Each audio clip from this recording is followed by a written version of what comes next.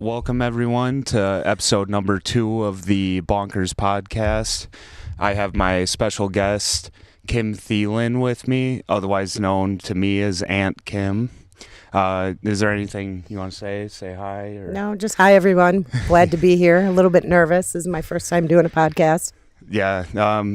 This is my second one. I've watched like hundreds of podcasts before, but actually getting behind the camera is something else. All right. So just like getting into it, how do you like living out in Arizona as compared to like Wisconsin? Because that's where we're both from. Yep. I mean, I love it. It was a little bit of a transition, especially when we first moved here and the first summer hit and it was 119 degrees. But Right. there's a lot of people from Wisconsin here, so fitting in wasn't too difficult. And I also had quite a few friends here. So, I picked up friends through my friends group. I would never probably move back to Wisconsin. Right. I'm roughly in the same boat. I agree. I'm actually looking at moving out of Wisconsin. I'm currently kind of deciding between North Carolina, Georgia, and then Arizona is definitely one of my top spots, just because I got family out here, and it's been really nice. I've actually been out here for, the 23rd today? 23rd today. Yeah, so I've been out here for 23 days now. It's pretty cool. I'm working a seasonal job, so I actually get roughly about 4 months off every year. So just being able to come out here, get out of the cold, into this nice weather, being able to lay out and whatnot has been really nice. So just moving into like some of your work history. I know you want to go over like where you got a bachelor's degree and Yeah. just like some of the places that you worked. Yeah, I'll talk a little bit about it. So, currently, I'm a executive director for CBRE, where we do facility management for large companies like Google, Microsoft. I'm currently on the RTX account.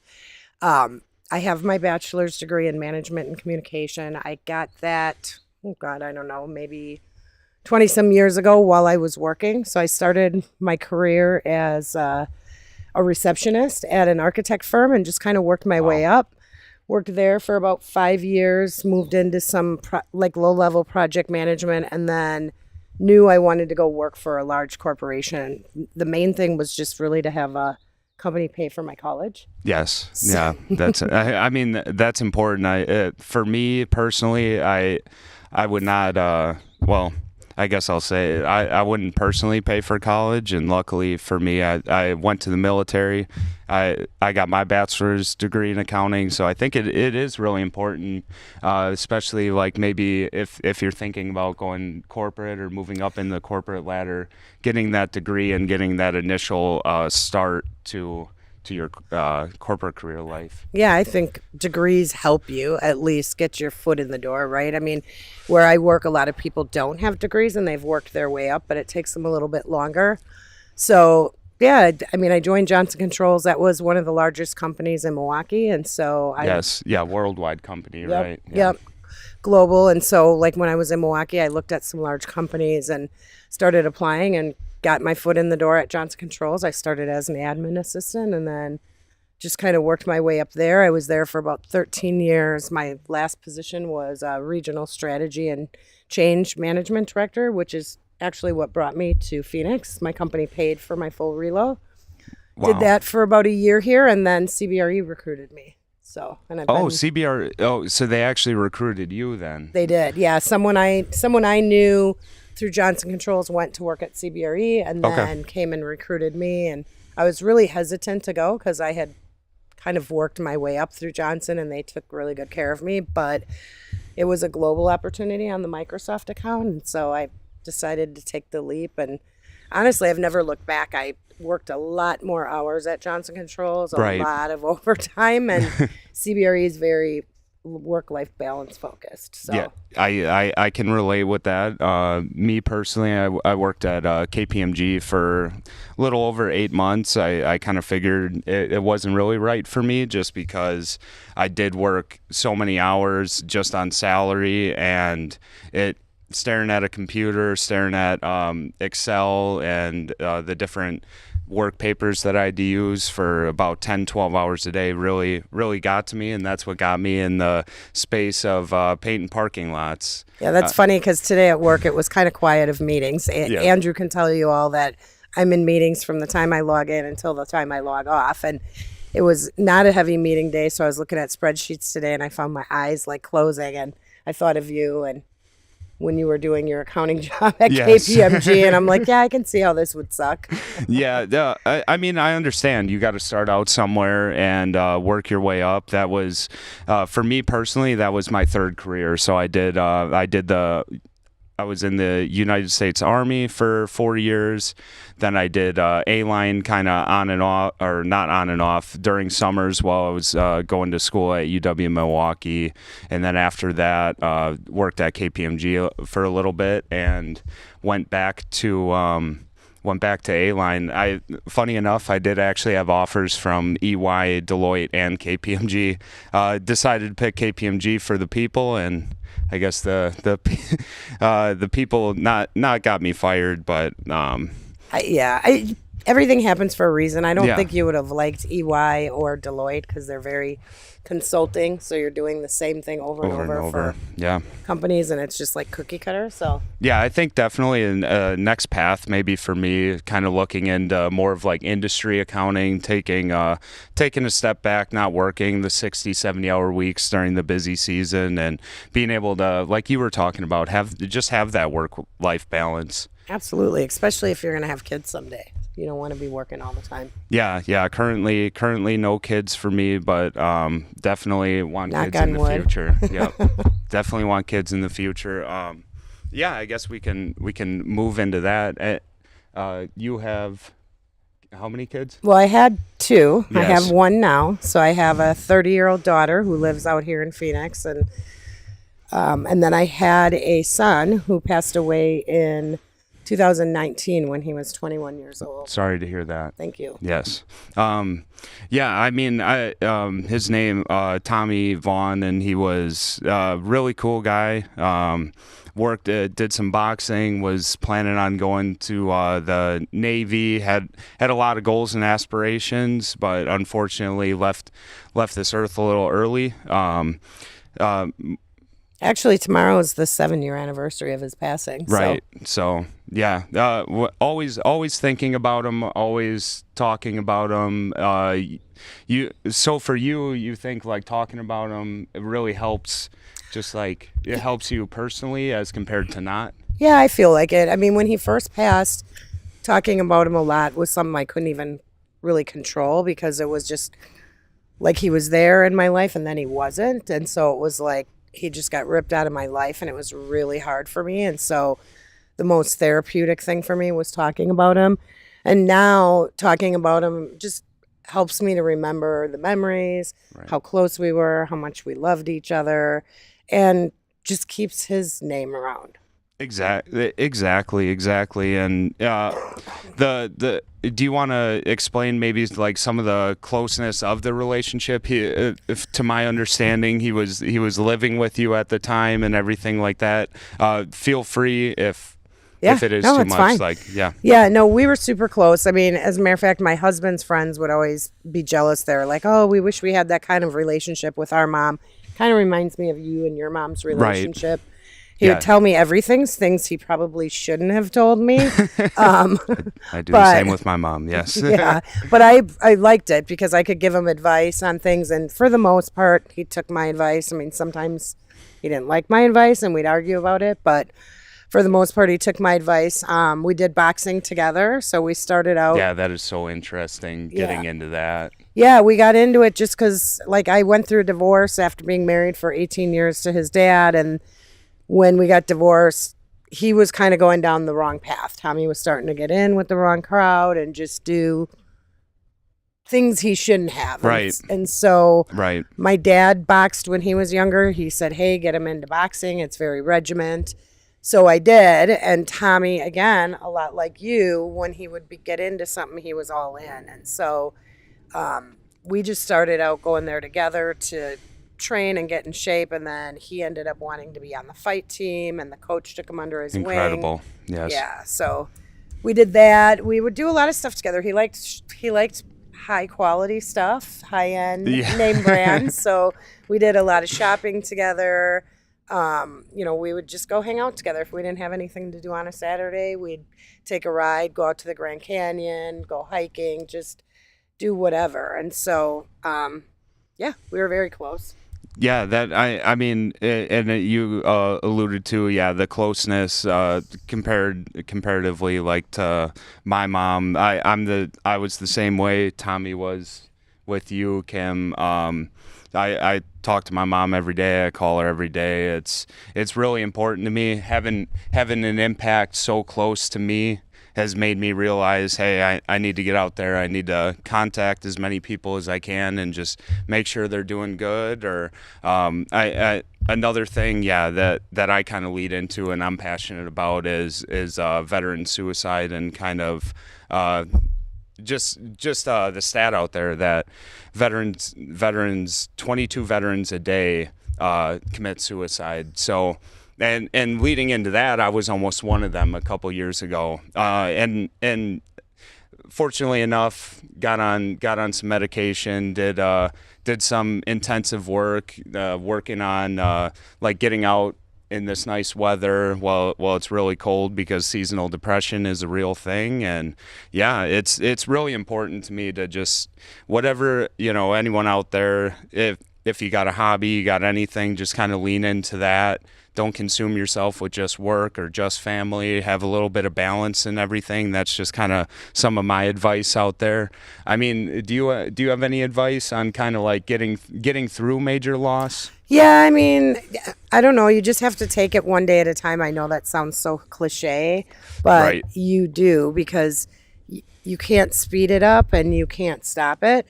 So you just kind of go through it. For me, the biggest thing was I needed to cry when I needed to cry, and I needed to feel what I needed to feel. So I told people, like, if you can't handle being around me because I'm too emotional, then don't come around. And I mean, it probably took me 1.5 to 2 years where I could, like, just be functioning normally. Right. Go ahead. Oh, I was going to say, did you have a lot of support around you during this time? I did. My friends really stepped up and came in to support me, and my husband was super helpful.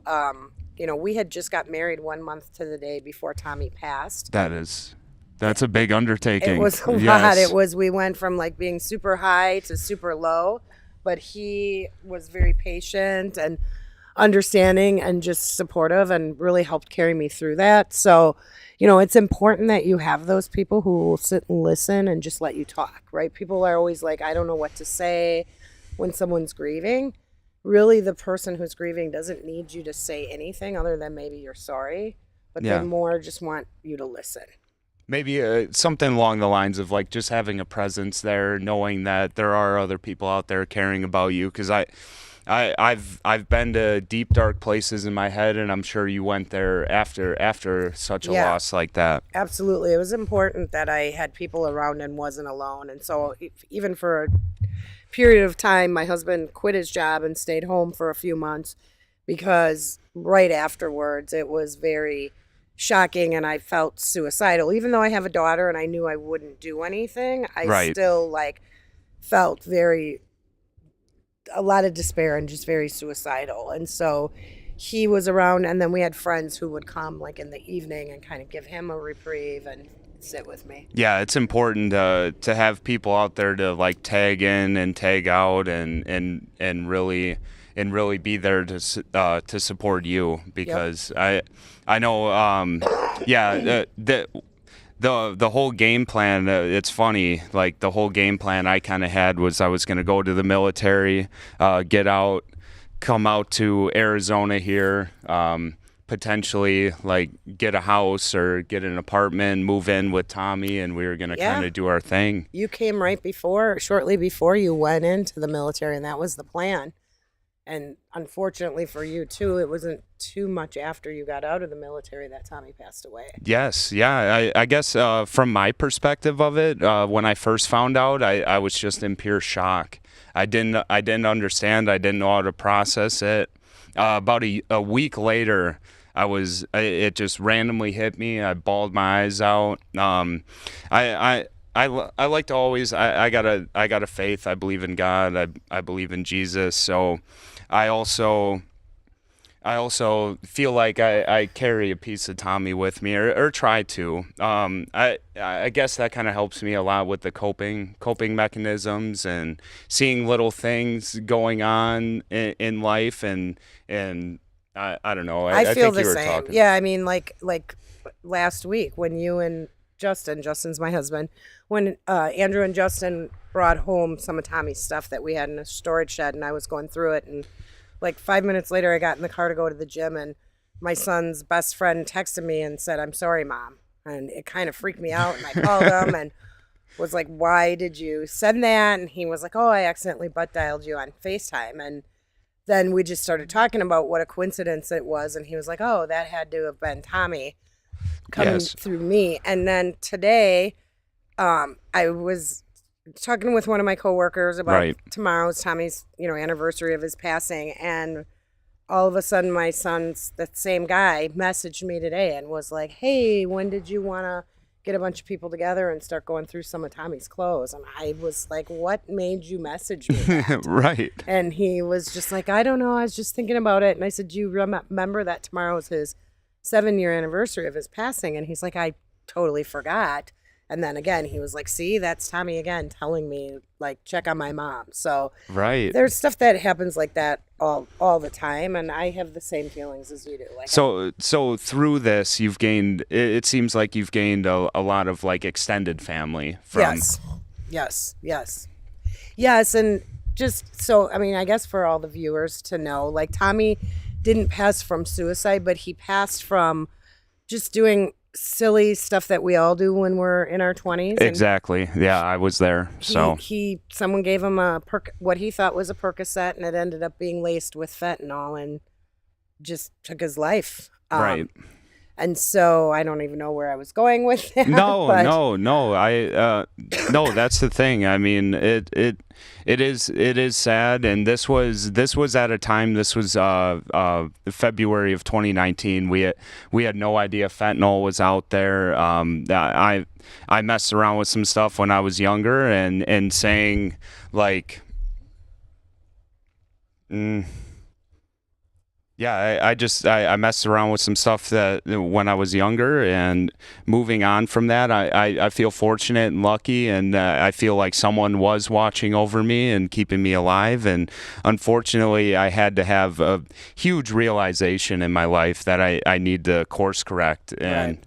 And not go down that path. It seems like a lot of his friends did that. yeah, a lot of his friends did that. I mean, they weren't like No, none of them were. we're not talking about. Yeah, they're not like bad kids. No, or but I'm anything, just no. saying none of them were like heavy drug users, but they were like all of us, even myself when I was in my 20s. Like, you try different things. And so when that happened with Tommy, I think it created an awareness for everybody. Like, but a lot of his friends, and so it really like caused them to look at things differently and even change their path in life. And so it's been great to watch and see. And then he also had some really good friends who still like are regular presences in my life. They come over on a regular basis. They come Right. visit me. So Just having that support over and over again, keeping his that's another thing, is like keeping his memory alive. I guess we can segue just into the foundation if you wanted to talk just kind of a little bit about that. I definitely wanted to plug the foundation. It from my understanding, it's a foundation that you give back to the homeless and battered women, correct? yeah, so Tommy was always really passionate about the homeless people. He used to come home and he'd be grabbing waters and snacks out of the kitchen, and I would ask him what he was doing, and he would just yell at me like, I'm taking stuff to the homeless, and don't worry about it. You can afford it. And so he would always be taking them water or snacks or going through my change jar Right. and taking change to them. And then likewise, he had seen a battered woman one day at the gas station. Her boyfriend was beating her up. And Yeah. so Tommy pulled over and stayed with her, called the police, and just stayed with her and protected her until the cops came. And so after he passed, we wanted to do something to just kind of keep his name going because, like, for me, I was like, he was so young, he didn't have an opportunity to make an impact in life. Right. So I was like, if there's something we can do to keep his name around, at least in death, he can make an impact. And so we created a foundation. We call it Tommy's Treats and Tootsies. And you have a website and we have a website. Yep, it's www.tommystreetsanttootsies.com. He's also on Facebook and LinkedIn. But we, on his birthday... And that's where you're posting all your pictures and whatnot of what you're doing throughout the year. Yes.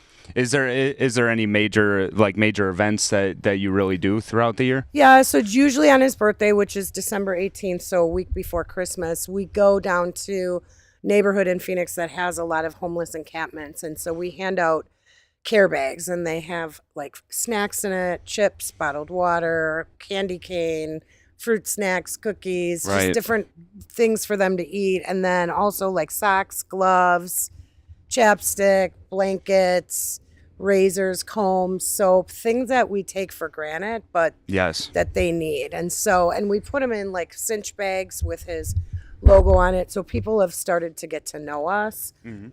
So whenever we come, they're like, oh, you guys are back again. So we do that. And then usually at the same time, we give a bunch of gift cards to the battered women's shelter because the women there are like escaping from husbands or boyfriends who abuse them. They have nowhere to go. So they go to this battered women's shelter. They put them up in apartments, give them what they need to kind of just have a safe home and something comfortable with their kids. Yes. So we'll very give them, important. Very important. Very so, important. Yeah. Yeah. And so we give them gift cards that they can use to buy Christmas gifts for their kids at Walmart. And then Walmart also gives them a discount when they go shopping there. So, and then we also give those same gift cards like when it's back to school time so that they can buy their needed supplies for their children. And then this shelter also has, like at their different units, they have a clothing store where, and other stuff, but mostly it's clothing because they're trying to help them like find jobs and get back into the professional world and be able to take care of themselves. So we'll give clothes to them as well. That just important stepping stones to get your life back on track and in order. And I mean, speaking of, my Aunt Kim sent me a article on this thing called limerence. Oh my gosh. So that's my new word that I've learned, and I love it. A lot of that. Just a quick breakdown of it. It's pretty much just being like trauma bonded to someone as compared to being in love with them. Just a quick overview on it, but yeah, I think in all of our relationships, we might have struggled with something like that, like staying in a relationship too long and just going off like the battered women, staying in a relationship way too long, and I've maybe been in a couple of those, but who knows? I think we all have. Yes. Not battered women. Not battered women, no. But yes, we've all stayed in relationships too long. And, with Andrew being here, I've been trying to help him see, like, more clearly, like, pick the kind of relationship you want to be in. Make sure you're not just thinking you're in love just because you guys have similar traumas that you've been through and have that attraction coming at you. So. And that's really important to me, and like that's why I continue to reach out to like my grandparents, my aunts, my uncles, my mom, just to try to learn from them, use their wisdom, use their experience, and is strength and hope. And that usually, if you've been through it, someone in your family has been through it. And take it from us older people, because we'll look back and be like, why did I stay in that relationship so long? Or why didn't I listen to what my mom was telling me? And I think we all are like, oh God, my mom's so annoying. She's just nagging me. But good wisdom that they can partake on you. And Right. I've gotten a lot of good wisdom from my mom. I try to follow what I can. I selectively listen. I will admit that, and that's something I definitely want to work on. Kind of moving forward with life is just having more positive relationships in my life and not have negatives or arguments.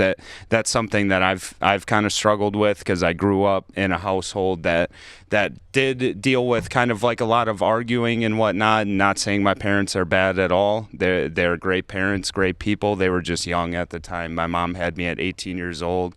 Dad was 20 at the time. So right. just really young. I couldn't even imagine. I'm 30 with no kids right now. So I couldn't even imagine having a kid at 18 and going through all those. Yeah, we started a lot younger back then. Yes. I wasn't quite 18, but I was 22, and I think now I like don't know how I could do it. My daughter is also 30 and doesn't have kids yet, and I think that's good, right? Well, the Yes. older you are, you have a Yes. little bit more perspective and can be more stable, I think, for your kids. But all in all, we raised our kids as best as we could. And That's all you can do. I mean, I feel like all of us are kind of we're all like humans. I've been all over the world. Just for example, I mean, I've been to Afghanistan, Iraq, Ireland, not Florida, Germany, New Orleans, Texas, California, Carolina. North Carolina. I was in the 82nd Airborne Division for 3 years. So just being able to travel around the world has really showed me that a lot of people have the same values all over the world, that they just want to live a happy, healthy life, be there for their family, and just really connect and build a community of friends and family that are there for each other, because the world can be a nasty place, but it can also be a very beautiful place. Agreed. Yeah, agreed. I do a lot of international travel myself, and it's funny when you go to other countries and they have these perceptions of Americans that all you do is work and you have no time for family. And so I was in India once for work, and I stayed back for a week and went traveling around India with my friend and his mom, and she got to spend multiple days with me, and would see, like, in the mornings I would get up and I would call Tommy and Caitlin and check Right. on them, and she was just shocked because she's like, oh, we have this perception that Americans, like, all they care about is work and they're not close with their family. And we kind of laughed because I'm like, well, we have this perception about Indians that X, Y, and Z. And so Yes. I think it's good to get out and see other countries and learn about other cultures. And it also helps you appreciate what you have here too in America. Yes, that is something I definitely did get an appreciation for, and that's what the military really helped me out with. Is like when I would go on field missions for 2 weeks and be just wiping myself down with baby wipes and sleeping with just a little blanket every night, and then when I'd go home to my barracks room, it felt like the greatest thing ever. Right. It was a night and day difference. One thing, I know I'm not really reading chat too much, but Misadventure 414 is my friend Ian from back home. Hi, Ian. He just said, great site. Thanks for running this, Kim. Oh, awesome. Thank you, Ian. So yeah, just kind of moving on. So we talked about the foundation, talked a little bit about your work history. Just circling kind of back to that work history, what do you have any stories or kind of like struggles of, hey, like getting into corporate world, or tips or tricks or anything like that of Yeah, I mean, of struggles. like climbing and just sticking with something for a long period of time, because it seems like we're in a culture right now of the grass is always greener on the other side, and move and Right. Everybody wants to be promoted right away. Yes. And it takes time. And the thing is like, some people are just naturally super intelligent and they can come in and get promoted right away and excel. But giving yourself that time to learn from mentors, really become the expert at what you do helps you as you move into leadership positions. I've seen people move into leadership positions before they were ready, and they end up struggling and fail. So I just think it's, important to take the time, learn what you can, and really, don't be impatient. right. It'll come. I mean, it took me, a little while, probably 5 years in corporate before I started to And really you were move. juggling all this with kids. I was, Yeah. yes. So when I started, I didn't have my degree, and then went to school because my company paid for it. So I worked full time and then did college in the evenings. And so Yes. it Yeah. was a struggle, but it paid off.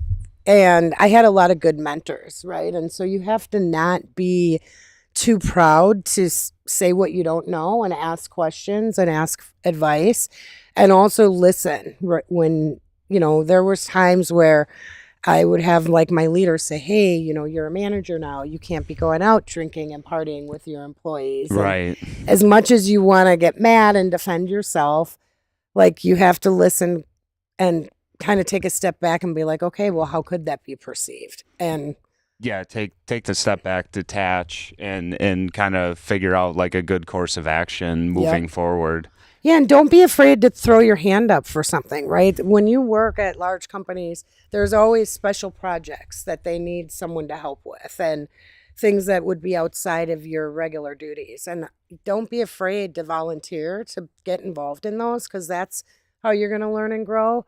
And like, don't feel like, okay, I went to school for accounting. I can only do accounting. Accounting, yes.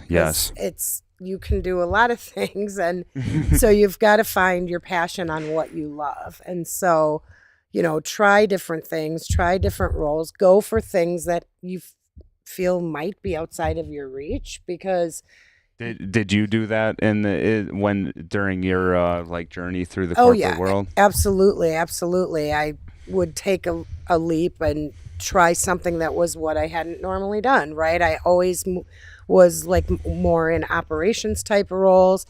And then as I moved into CBRE, it's a heavy focus on like facilities management. And Right. I was always afraid to step out of those operation type positions because I thought, oh, if I'm going to run facility management, I have to be super technical and know all the engineering terms and this and that. Uh-huh. And I had a leader who said, hey, I need you to do this and just do it. You'll be fine. Fake it till you make it. And, Yes.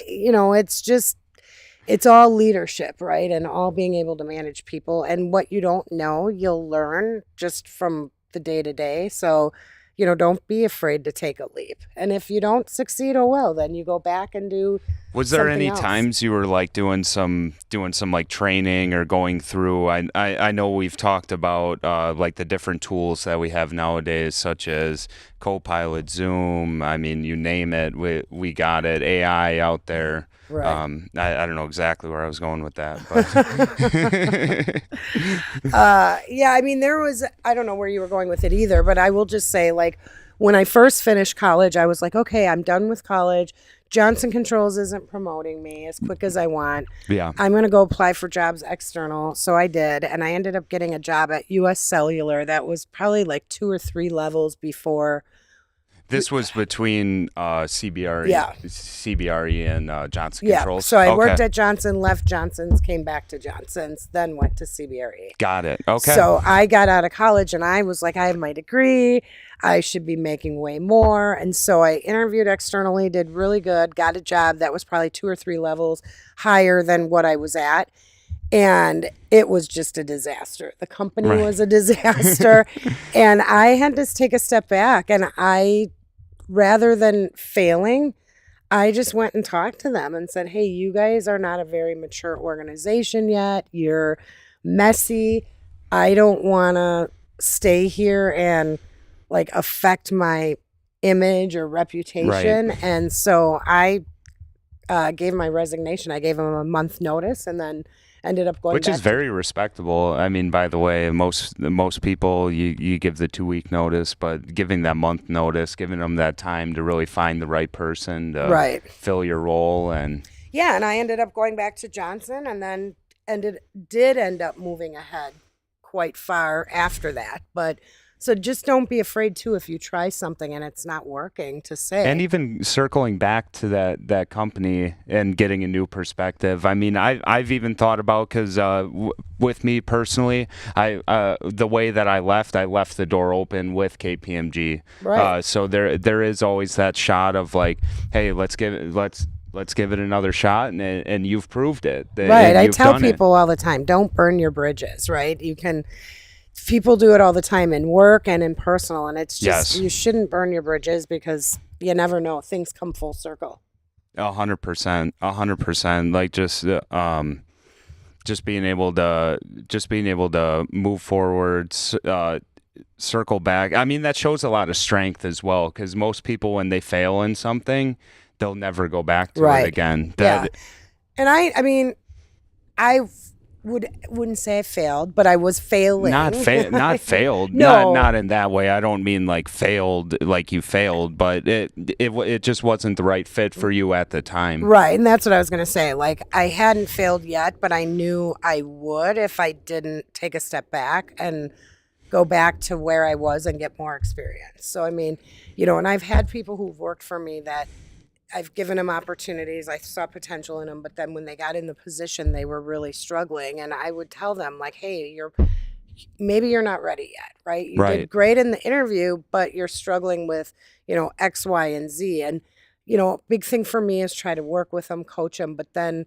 if they're not working out, I am not one who likes to have to fire people. So I'll Right. try to tell them, like, there's nothing wrong with taking a step back, admitting that you bit off more than you can chew. And so some people can do that. A lot of people can't because of their egos, but Yeah, that's the thing, and that's the thing in any relationship. Ego definitely does play a factor in it, and just like and that's something I struggle with. Even currently, it's just getting my ego involved in something when it doesn't even need to be. I mean, I listened to a guy, Jocko Willink, that teaches the discipline equals freedom principle, and the ability just to detach. And you've probably had to like detach yourself from your emotions many times in oh, for in sure. work to be able to, hey, we're a team here, we got a mission, but the egos do end up getting involved. They And can, yeah.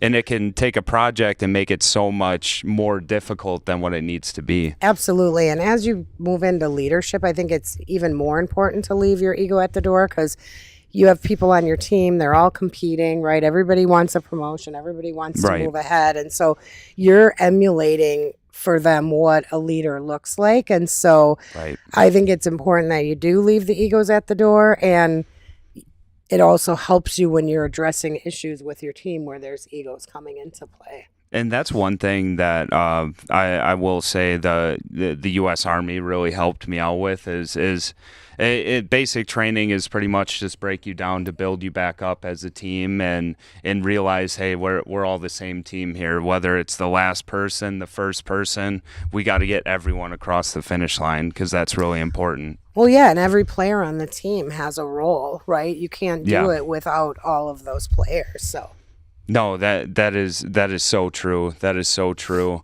Did you want to go into just kind of backstory a little bit about your childhood, where you grew up? We didn't really touch on Yeah. it too much. Yeah, I'll just say for me personally, I grew up in McGuanago, Wisconsin. Then I went to I was there through high school, through everything. Did a little stint in East Troy for for a sixth year, grade. so Yeah, for a year, played football. The cool thing was in sixth grade, I was on like middle school football because Right. East Troy was sixth, seventh, eighth grade, so that was kind of fun. Just kind of moving forward into that. Just joined the military, moved to North Carolina, and then after that, I went back to Wisconsin, and yeah. now I'm trying to get him out here. Yeah, that's that's ultimately maybe the goal for sure. Just still, maybe I got to create Maybe for sure. maybe for sure. Maybe I gotta create like a PowerPoint or something like that, and kind of just Right. compare all three and see. Another thing we'll bring back up, Caitlin, your daughter. She's thinking about kind of moving out, and I'm thinking about following her if she goes to like North Carolina, Tennessee.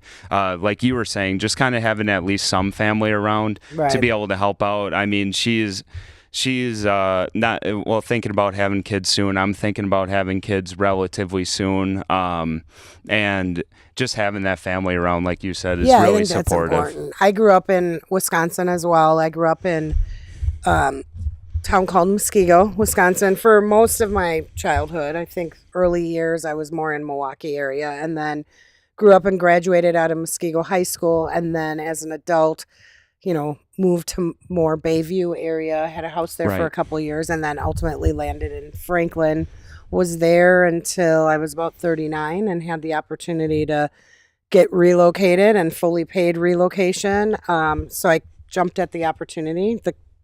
I'd promised my mom early on that we wouldn't move while the kids were young, and Right. I'm glad we didn't, because like our kids grew up with you and Eric and Austin, and they had their cousins around. And I mean, even for me, when I grew up, a lot of my memories are that time with my cousins and Right.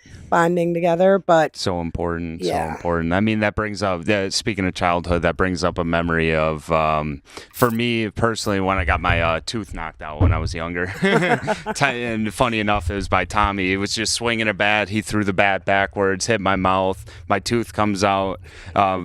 Kim is running around trying to get the tooth in a bag of milk. Yes. Yep. Yeah. And- But fortunately enough, it was a baby tooth, so no big deal. Oh yeah, and Andrew picked on me the other day. Like, she was trying to put it in milk, and then now as an adult, I'm like, go look it up, Yeah. and he looked it up, and it's like, oh, that's exactly what you're supposed to do. Yeah.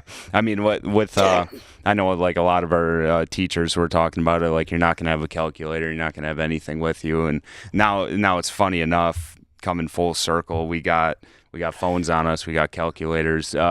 Moving into kind of like, do you use a lot of AI? Like I do. I mean, it's a big push at our company, like to learn AI and use it. So we have some self-developed tools at CBRE. They're basically built off of ChatGTP. For those of you who don't know, CBRE, they're the largest corporate real estate company in the world. So Yeah. they're able to partner with a lot of companies to like, oh, we want to develop this homegrown software, this application, and they'll partner with like the Microsofts or ChatGPT and others to use their platform to build it. Right. So we have an internal one. I also use Copilot a lot, like especially if I'm sending emails that I want to make sure sound professional. So I'll just kind of write out my thoughts, and then I'll throw it into Copilot and have them vet it for me and spruce it up. And then So a really useful tool then. really useful. And then I have a technology team is under one of the teams that are under me, and so we use AI a lot for automating tasks that someone would normally have to do, and boring, mundane tasks or things that are really tedious that would take forever. And so we'll use it to like go through vendor contracts and Yeah, right. summarize what kind of services they're giving us. Normally a individual person would be going through all that and Yep. taking, I mean, the time frame probably goes from hours down to minutes. It's minutes. You throw it in there, and it's just, you tell it some keywords and it spits it back. So No, that is so interesting. I mean, yeah, just kind of, so just circling back to kind of your childhood and whatnot, where you said you grew up in Muskego? I grew up in Muskego, yes. So what did you kind of like about like growing up, your childhood, anything really positive impact that still is impacted with you today? Or still like an impact? I mean, Sorry.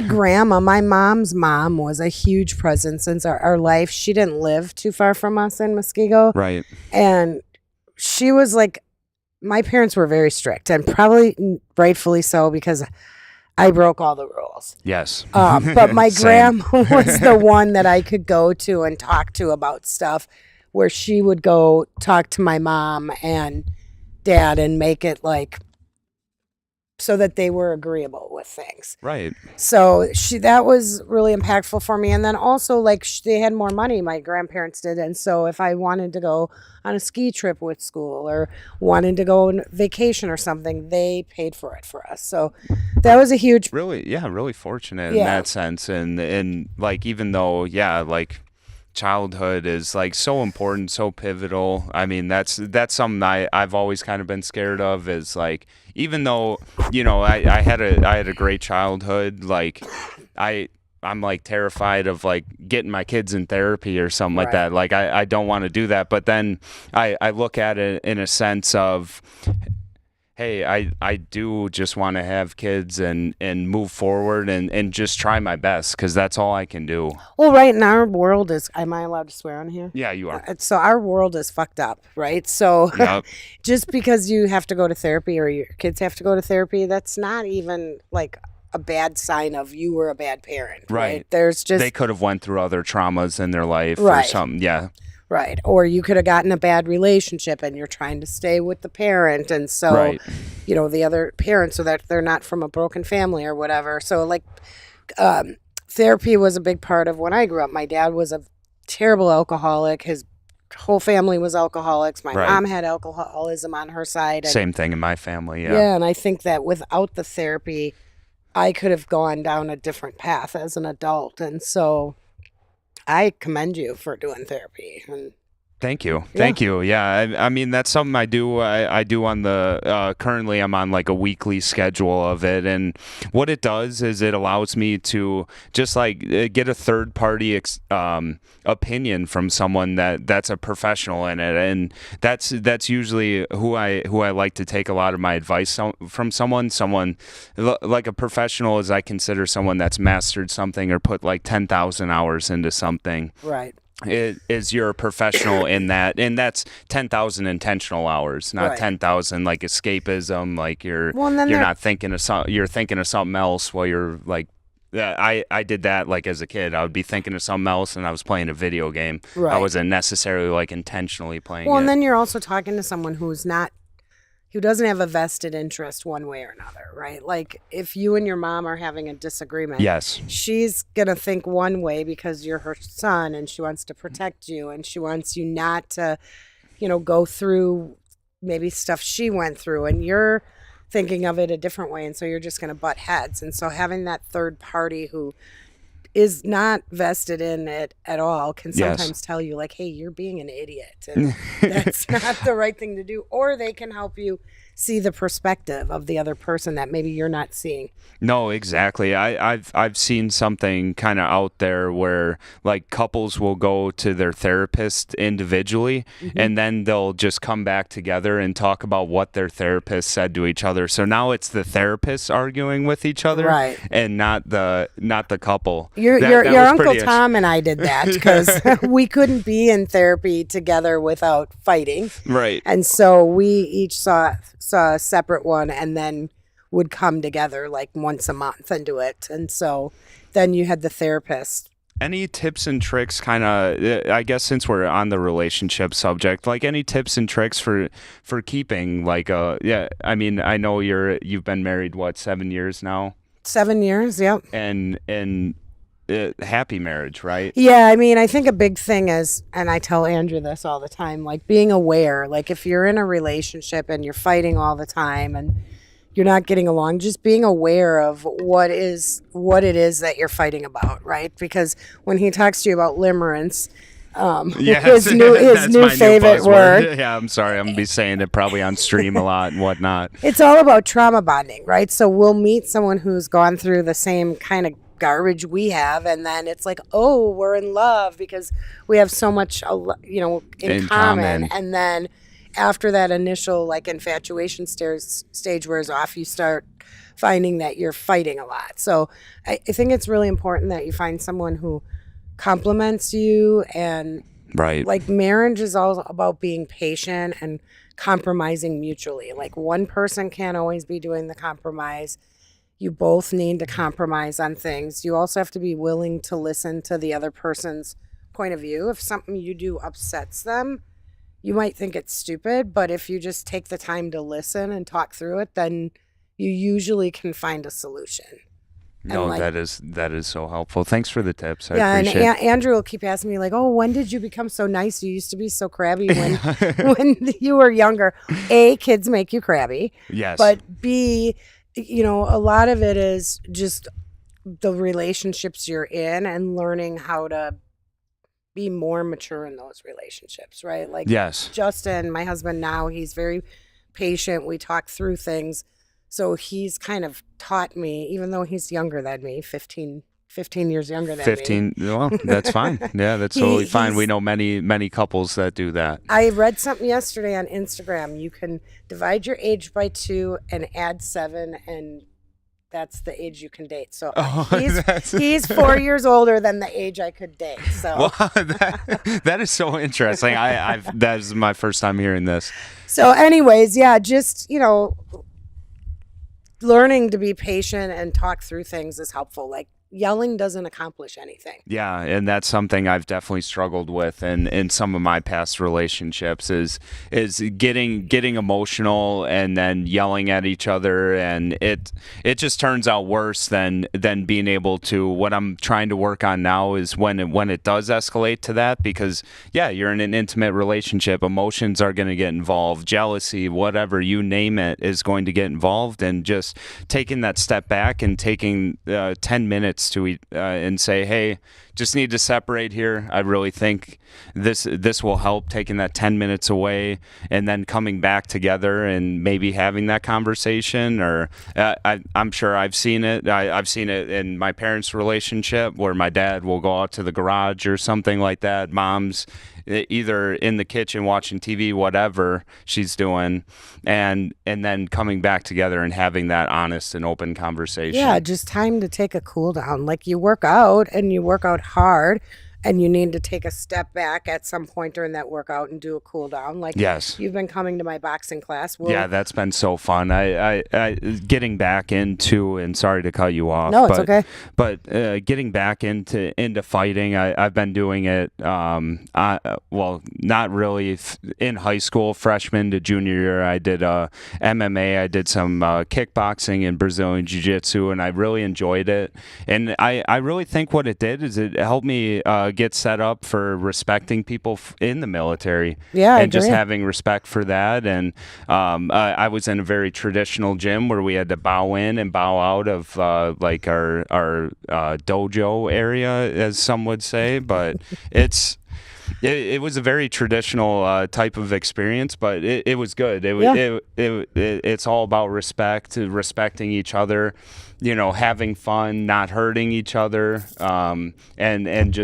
and getting out like some of that anger, aggression that you might have. That's I've always called like the gym my church. Yep, same for me. You go there and you can release aggression if you're frustrated, if you've had a stressful day at work. For when Tommy passed, like my personal trainer was also Tommy's boxing coach, and right. he like got on my case right away. Like you need to get back in the gym because it'll help you release endorphins. So, it's good to have some kind of physical outlet, whether it's walking or boxing. It's simple. It's a hiking. 10-minute walk. Yeah. And I think it's also important in relationships that you each have your own personal, like people get in relationships and then it's like, oh, it's everything. We do everything together. Yeah. It's me and Andrew. Like you lose your self-identity. So it's important that you still have something that's your own that you can right. do. That's right. That is so important. Just looking at my previous relationship, I was big into sports. She was big into like animated videos. So, and I was big into video games. So I'd be in the office playing some video games. She'd be drawing on the couch and watching an animated video. So just having that intentional time to ourselves is really important. Well, and it helps you to appreciate your time then when you're together. Yes, I'm a big proponent of quality time over quantity time. True. Same. We're all busy. We're all doing stuff. I mean, if you're at work, if you're taking care of the kids, it really doesn't matter. Right. We're all busy. So yeah. So, and like I was saying before, when you cut me off. No, I'm sorry. No, it's okay. But I was saying like when you're working out at the gym and like at my boxing gym, we'll ramp it up and then we'll step it down and cool down and ramp it back up. It's the same thing when you're arguing with someone, right? If you're just arguing and it's getting too heated, you need to take that minute to walk away and cool down. And like even yesterday, we saw it with an argument you were having with someone, and I let it go on for a little bit, and then I finally was like, "Hey, Andrew, take a break." Yeah, and getting that like third party experience, because when you're in that situation, and I was fully in that situation of being fully in my emotions, and luckily Kim kind of just looked at me and she gave me the hey. Like, get off the phone, please. It's not only that. I don't know if it's, and then I start thinking, hey, is it affecting anyone else around me? Yeah, like, and hey, it wasn't. And I know it wasn't, but it can be like that. It can be a little stressful or whatever when you see people arguing and it can be, that you love. But usually when you're arguing with someone, it's because you're passionate about something. Yes. And so you've got to take a step back sometime because they're passionate, you're passionate, you both have your own viewpoint you're trying to get across. And sometimes when you just take that step back, it gives you that like 15-20 minutes to self-reflect and be like, okay, I'm being crazy or Yeah, I'm taking it too far. I'm too far into my emotions, and yeah, that's it. Circling back like to the whole therapy thing. It's what my therapist is doing is just helping me compartmentalize my life and kind of move forward in a positive direction. He's someone that's very like gentle and nice, and I've seen that from a lot of therapists. right. But they will also push you, Right. which is important. Yep. Yeah, absolutely. I mean, they need to be gentle and nice because people don't really react to unless Yeah. you're in the military. Yeah, Being treated like an asshole, but no, but they have to that's also be another strong. conversation for sure. Yeah, I mean, yeah, everyone reacts differently. Some people you do have to not get loud, but get stern and Yep. just say, hey, this is what needs to be done. And some people you need to be a little bit more soft and soft spoken and just say, hey, this is what needs to be done, and be calm with them. Right. So everyone I'm sure in your work life you've had to deal with a ton of different Oh personalities. yeah, that's a big part of leadership is being able to like spend the time getting to know your teams, understanding what motivates them and what demotivates them. And so some people you can be really aggressive with, and then other people you've got to kind of take a slower pace and walk them through things. And you're going to have some really analytical people that you work with that want to know every little detail of why you're doing something, and then there's other people that are like me where it's like impatient, let's just get to it. And you can Yes. just be like, here's what we need to do, XYZ, go do it. And they don't need all the details. So, and work is no different than personal relationships. It's all the same. Right. That is true. I think that's something that I think of differently is yeah, it's like I almost flip a switch into like work mode and relax mode for me. Yeah. Because like when I'm in work mode, and that's something I think my mom's even done, and it's kind of funny. I've called her at work. She'll pick up the phone and she'll say, "Hey, this is Terry Helminiak," and I'm like, "Oh, Mom, how you doing?" So just I that's something that I appreciate is like just being able to lock in and really focus all your attention, and that's all she's doing. She's so focused on the work, which is Right. important. It's important to try hard, and whether you're sweeping floors, whether you're sweeping, mopping, grilling, whatever you're Whatever. doing it with intention and purpose, and actually trying. Right. Awesome. What else do you want to talk about? I'm kind of looking at some of the lists that we have. Kind of our last thing before we kind of end it. I know, yeah, you're successful. I know you're not like a financial advisor or anything like that. But what are some like investing tips that you might have? Just some things that you do that have kind of worked, that have built some wealth for you. Yeah. So, I mean, a big thing is 401k, right? Get into it early as you can. Even if you're Yes. putting just 1 or 2% in, start it young. I started very young, so that helped me. I have, enough that now it tells me, okay, you're green, you can retire by the time you're 59 because I don't want to work till I'm 65. Yes. Yeah. So that's a big thing, but you also have to watch it and keep up on it, right? If you're seeing like you're losing a ton of money, spend a little bit to, most 401ks have like you can pay a little bit for a financial advisor to step in and tell you how to diversify your money. It's worth it to spend that money because you'll make it back in growth Yes. by having the right stocks. And then I try to diversify. So I was telling Andrew, like I have my 401k, I have an IRA, I have a high yield savings account, I have a regular savings account, and then more So recent. you said Diversity it is is so huge. important. Yeah, and not then- all your eggs in one basket. Not all my eggs in one basket. And then more recently, in like I would say the last 3-4 years, I started investing in stocks. So, don't be afraid. Individual stocks? Or are you looking at like mutual funds? No, What do you- individual stocks. So Okay. doing research. Are you going as far as like reading 10Ks and whatnot? Not really, but I did sign up for Motley Fool. So it's because I just Easily digestible. it's easily digestible. They'll give you tips on here's some good stocks. I mean, one of the stocks I bought 3 years ago was Palantir, and I bought it for $20 a share, and it's kind of been up and down. It went up to 195. I think right now it's sitting around 150 Wow. a share, but Well, I guess one stat out there that I know is about 50% of Americans are not invested in the market. So, yeah, and it's super easy. My friend told me, like, just go download E-Trade and yes. start with penny stocks. Look at penny stocks, look at the overview that it's telling you what the growth projections are, and start playing around there, and then you can buy bigger price stocks. And yeah, the Amazons of the world, the Apples. I mean, I've invested in Macron. What you Right. talked about, you said Palantir. Palantir, which is Palantir. a big AI stock. I also have Yep.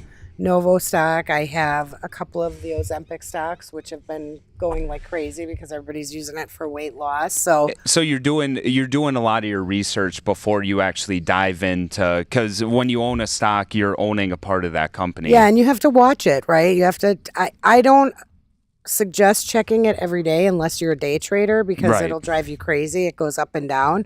But make sure you're checking it regularly, at least a couple times a month.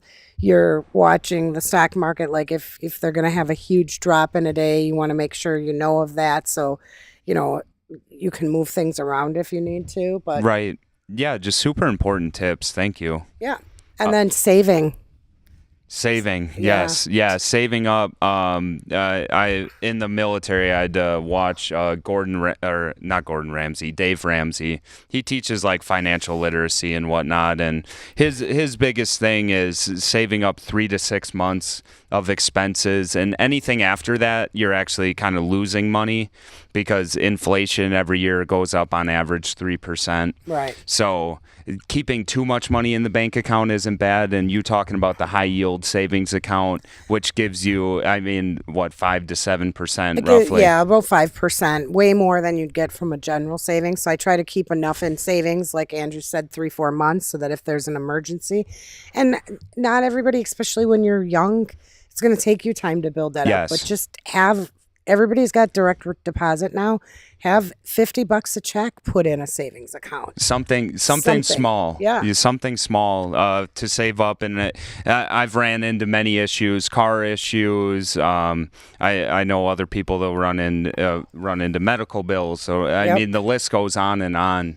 But yeah, it's so important just to work on my finances and just to work on your finances. And I'm saying that to me personally as well. Yeah, I'll say it. I'm in some financial, not ruin, but in a little bit of a financial struggle right Sure. now. Just spending more than what I'm making, and Yep. I feel like I got caught up in the culture of new is always better. Well, I think we all go through that. I mean, when I think back to my early 20s, it wasn't until I was probably had kids and was about 26, 27 that I turned my finances around and was able to like buy cars and stuff I wanted Yeah. because I had good credit. And so everybody goes through that, like, oh, I got a credit card, I'm going to buy all this stuff. And Not realizing the consequences of you have to pay that back. yeah. And so big thing is putting together a budget, right? Knowing like, here's how much money I make. And sticking here's to the budget, because Yes. I'll admit it. I have a budget. I don't stick to it. So All day I'm telling Andrew, no, you don't need that. No, you don't need that. You're not buying that. But yeah, it's try to stick to your budget. And then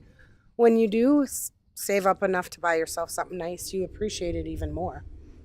oh yeah, so important, so important. I guess kind of just to end here, I wanted to plug Tommy's Foundation again. What was the website? It's Tommy's Treats and Tootsies, www.tommys, TOMMYS, treats, TREATS, and spelled just like and then Yep. Tootsies, TOOTSIES.com. Or you can look us up on Facebook, and there's a link on the Facebook page that'll take you to the website. And you can donate cash, or you can donate toiletries, socks. There's a list on our website that tells you the kind of stuff that homeless people need. And so And this is a legitimate foundation. it's a foundation. Yeah, it's a Yes. legitimate LLC, nonprofit, 501c corp. Yes, yeah, that's the thing that I definitely wanted to plug. Just because there are so many foundations out there that can be really shady and can, I'm not going to name any, but Right. they can be You know shady, your and way. they're yeah. And I like giving to and looking up charities and foundations and looking through their 10Ks and figuring out like where they actually allocate their money to before I send it to them. Yeah, now 100% of what everything we get goes back to either the homeless or the battered women. We don't pay ourselves a salary. Right. It's my daughter, my husband, and I that run it. We Yeah. have, friends that come every year to volunteer to help put together the bags that we hand out for the homeless. Different people come to do the handouts. So, and then then if anyone, and sorry to cut you off, if anyone wants to help out, do you want to give out like an email or anything? well, if they go to the website, Website? there's a contact us, and so Okay. you can email us from there, or the email's tommytreatsandtootsies@gmail.com. So you can always email that. That goes right to our foundation, and then we read through those emails. All right, thank you. right. I appreciate it, Aunt Kim. Thank you so Thank much. you. Love you. Love you too. All right. Hope Yeah. we didn't bore everybody. Yeah, hopefully not. So this is gonna be live, or it's live right now, but it's gonna be posted on YouTube, Facebook, and Twitch. Just wanted to say thank you again, Kim, for being my guest, and just starting up this podcast again, and really not making me do it, but just getting me back into the rhythm and routine.